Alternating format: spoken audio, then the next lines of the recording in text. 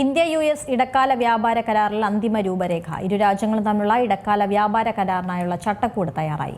ഇന്ത്യയും US-ഉം സംയുക്ത പ്രസ്താവനയിലാണ് ഇക്കാര്യം അറിയിച്ചത്.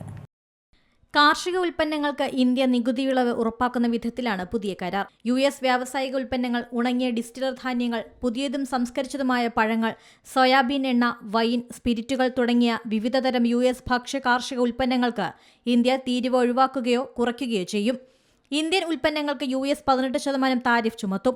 5 വർഷത്തിനുള്ളിൽ $50,000 കോടി സാധനങ്ങൾ ഇറക്കുമതി ചെയ്യാനും ധാരണയായി.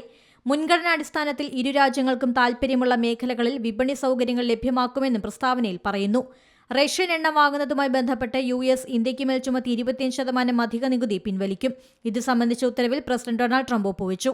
എന്നാൽ ഇന്ത്യ റഷ്യൻ എണ്ണ ഇറക്കുമതി പുനരാരംഭിച്ചാൽ താരിഫ് വീണ്ടും ചുമത്തുമെന്ന മുന്നറിയിപ്പും US നൽകുന്നുണ്ട്. അമേരിക്കയിൽ നിന്നുള്ള എല്ലാ വ്യാവസായിക ഉൽപ്പന്നങ്ങളുടെയും നികുതി ഇന്ത്യ ഒഴിവാക്കുകയോ കുറയ്ക്കുകയോ ചെയ്യും. International desk Zee Malayalam news. ഏറ്റവും പുതിയ വാർത്തകളും വിശേഷങ്ങളും വിരൽത്തുമ്പിലറിയാൻ സീ മലയാളം ന്യൂസ് എല്ലാ ഡിജിറ്റൽ പ്ലാറ്റ്ഫോമുകളിലും ലഭ്യം.